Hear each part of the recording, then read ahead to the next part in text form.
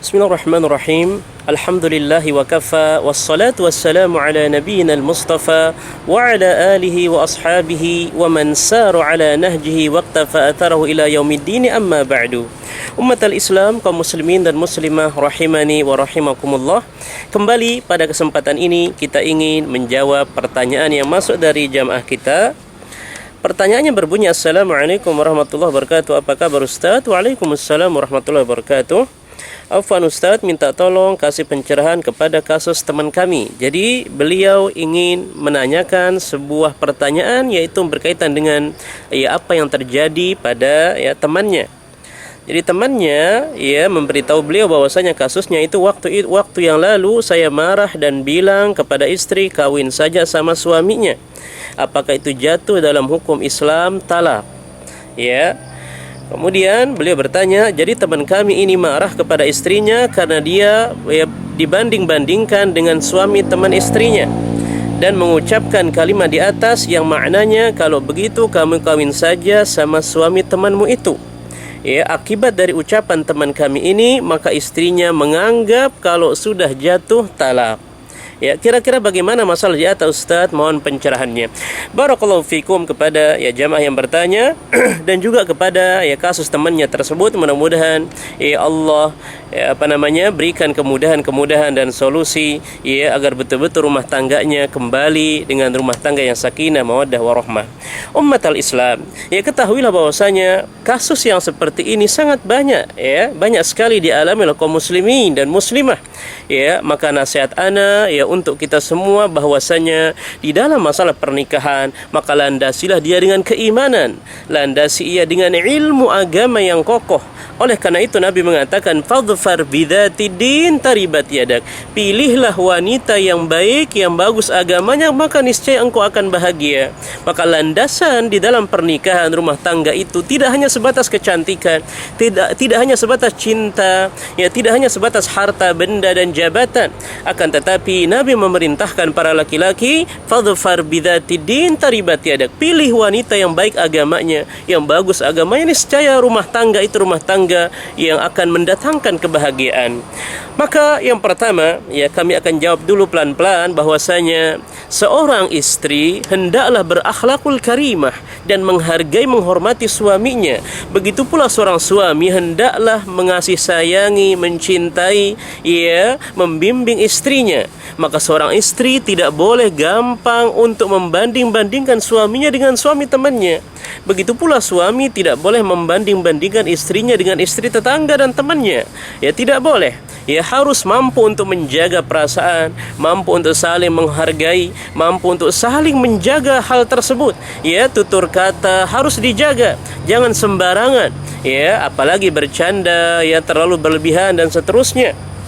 Maka oleh karena itu, munculnya kasus ini kalau kita perhatikan itu berawal dari apa? Berawal dari seorang istri suka membanding-bandingkan suaminya dengan suami temannya. Umpamanya dia mengatakan suami teman anak itu bagus, lebih ganteng, lebih ini, lebih itu dan seterusnya, dibanding-bandingkan dengan suaminya sendiri. Sehingga zaman sekarang juga muncul sebuah ungkapan rumput tetangga lebih hijau dari rumput di rumah sendiri dan seterusnya. Semua ini berawal dari kekurangan minimnya ilmu agama, sehingga gampang melontarkan ucapan-ucapan yang dapat menyinggung perasaan suami atau mungkin perasaan istri. Maka oleh karena itu yang pertama, hendaklah seorang istri ini hendaklah dia bertaubat, hendaklah beristighfar, hendaklah dia bertakwa kepada Allah Subhanahu wa taala dan tidak boleh sama sekali membanding-bandingkan suaminya dengan suami temannya. Karena masing-masing sudah diberikan takdir oleh Allah Subhanahu wa taala. Ada Allah takdirkan kaya, ada yang miskin, ada yang ganteng, ada yang standar dan seterusnya. Tetapi semua itu di sisi Allah yang paling mulia bukan hanya itu, tetapi yang paling mulia di sisi Allah adalah yang paling bertakwa. Mau ganteng, mau tidak ganteng, mau kaya, mau miskin, asalkan ketika dia bertakwa, maka inna akramakum indallahi atqakum, kata Allah. Sungguhnya orang yang paling mulia di sisi Allah yang paling bertakwa. Ini yang pertama. Jadi sekali lagi, suami istri tidak boleh sembarangan untuk saling membanding-bandingkan dengan orang lain. Kemudian yang kedua, Pertanyaannya adalah apakah ucapan tadi ya dinyatakan jatuh talak atau tidak? Ya, suaminya mengatakan belum jatuh talak, sedangkan istrinya ngotot mengatakan itu sudah jatuh talak. Jawabannya adalah dalam masalah yang mengucapkan talak itu sudah dibahas oleh para ulama. Yang pertama, ya lafaz talak itu ada dua. Pertama, ada yang menggunakan lafaz yang sharih, yang jelas, yang lugas, seperti mengatakan anti talik atau tolak tuki, ya kamu cerai atau kamu saya cerai, maka ini jelas tanpa membutuhkan niat karena dia jelas mengatakan anti talik. Lafaz yang kedua adalah yaitu berbentuk kinayah atau ghairu sharih, lafaz yang tidak sharih, ya tetapi dia menggunakan kinayah seperti umpamanya ilhaqi bi ahliki, sana pulang ke rumah orang tuamu, ya, atau aku sudah tidak ada rasa lagi sama kamu, ya, atau silahkan kalau mau, saking marahnya mungkin ya silahkan nikah sama dia kalau begitu. Maka ucapan-ucapan yang seperti ini apakah jatuh talak atau tidak, maka para ulama sudah menjelaskannya, ya, maka perlu dilihat niatnya. Jadi kalau lafaznya lafaz yang tidak sharih atau lafaz yang menggunakan kinayah, maka tidak cukup sebatas lafaz tersebut, harus dilihat niatnya, apa niat dia mengucapkan hal tersebut. Jika sang suami mengatakan aku mengucapkannya bukan berniat untuk talak, maka tidak jatuh talaknya. Tapi kalau dia mengucapkan kata-kata yang seperti tadi, pulang sana ke rumah orang tuamu, ya, atau aku sudah tidak cinta lagi, atau ya sudah pulang sana dan seterusnya, kalau niatnya talak maka jatuhlah talaknya. Maka oleh karena itu Ibnu Qudamah rahimahullah taala juga menjelaskan dalam kitabnya Al-Bughni bahwasanya ya apabila ya sesuatu itu ghairu sharih, apabila ucapan tersebut ucapan yang ghairu sharih, ya, maka fala yaqa'u talaqu bihi ya illa biniyatin, tidak jatuh talaknya hanya sebatas ucapan tersebut, melainkan harus dilihat nih niatnya, ya. Kalau niatnya talak maka jatuh talaknya, kalau tidak maka tidak jatuh. Ini ya perkara ya melafazkan talak. Kalau dia sharih maka jatuh talaknya, tapi kalau ucapannya ucapan yang tidak sharih menggunakan kinayah, kiasan dan seterusnya, maka talaknya akan jatuh apabila disertai niat talak. Tapi kalau tidak, maka tidak jatuh talaknya. Ya, atau mungkin tolak yang dipaksakan, ya, seseorang dipaksa untuk menceraikan istrinya.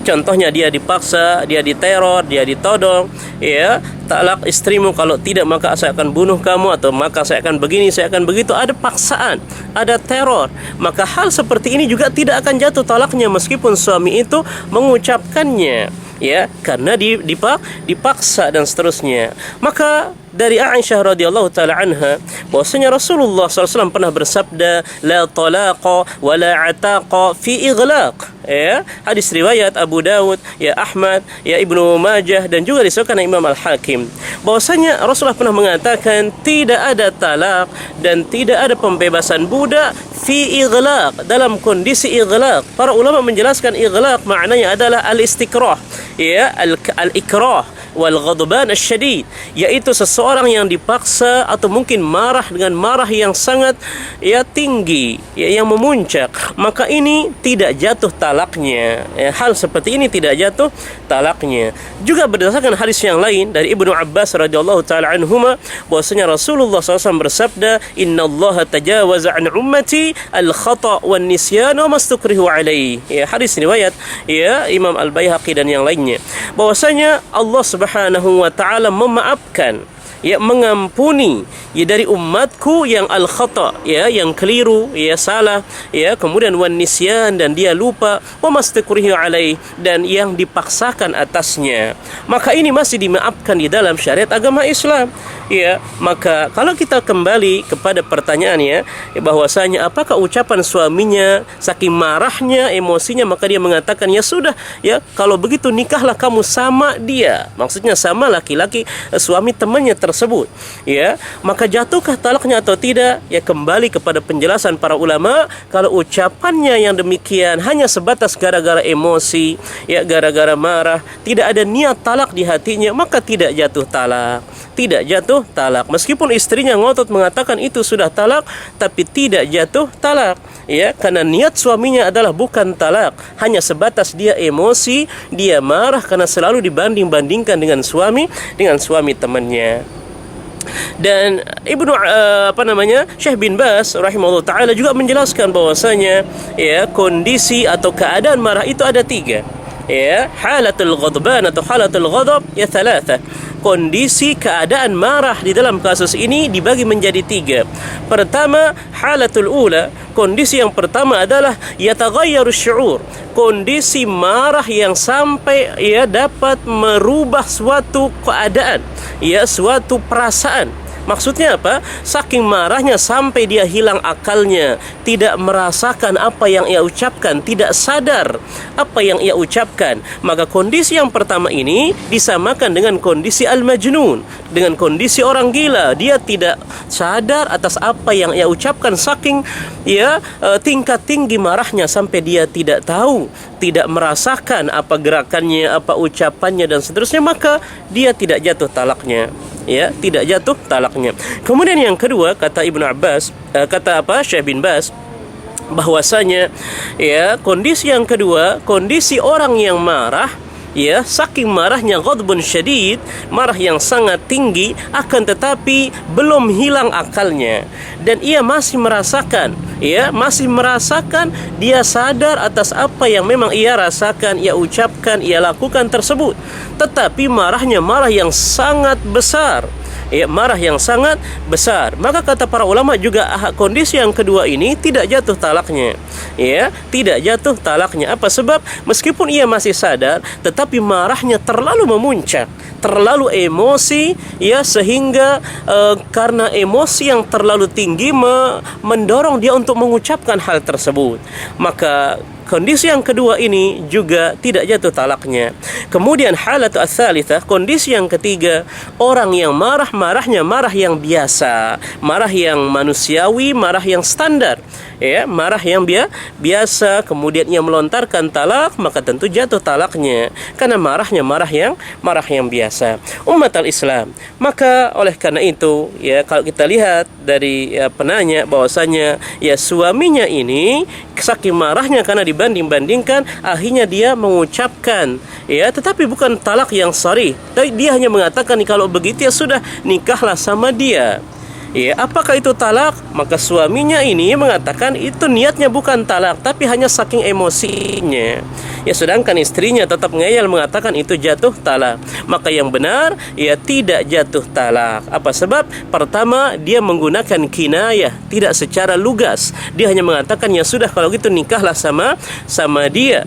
Berarti ini adalah kinayah. Dan yang kedua, niatnya bukan talak, tapi hanya sebatas emosi, kesal dan seterusnya, maka tidak jatuh talak. Dan sampai saat ini istrinya itu masih istrinya, ya tidak termasuk dan tidak terjadi, tidak jatuh talaknya.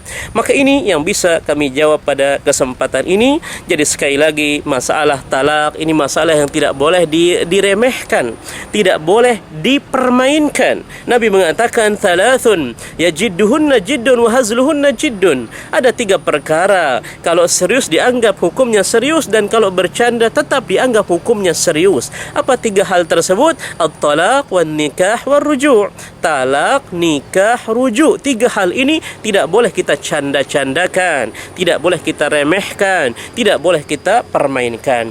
Umat al-Islam, kaum muslimin dan muslimah rahimani wa rahimakumullah, maka ini yang bisa ana jawab pada kesempatan ini. Mudah-mudahan penanya dan juga yang lainnya jamaah sekalian ya bisa mengambil istifadah dari kasus ini, sehingga kita tidak bermudah-mudah di dalam membanding-bandingkan pasangan kita, dan juga seorang suami tidak bermudah-mudah di dalam yang melontarkan kata talak dan seterusnya, tapi teruslah bersabar. Seorang suami bersabar, istri juga tetap bersabar, sehingga mari bangun rumah tangga itu menjadi rumah tangga yang sakinah, mawaddah warahmah, bekerja sama, ta'awun 'alal birri wat taqwa, agar mengantarkan keluarga tersebut menuju kepada syurga. Amin ya rabbal alamin. Ini saja, semoga bermanfaat. Mudah-mudahan apa yang ana sampaikan ini ya bisa terjawab ya permasalahan yang terjadi pada saudara kita, dan Dan bagi jamaah kaum muslimin dan muslimah yang ingin bertanya seputar hukum syariat agama Islam, maka boleh bertanya, melayangkan pertanyaan di nomor WhatsApp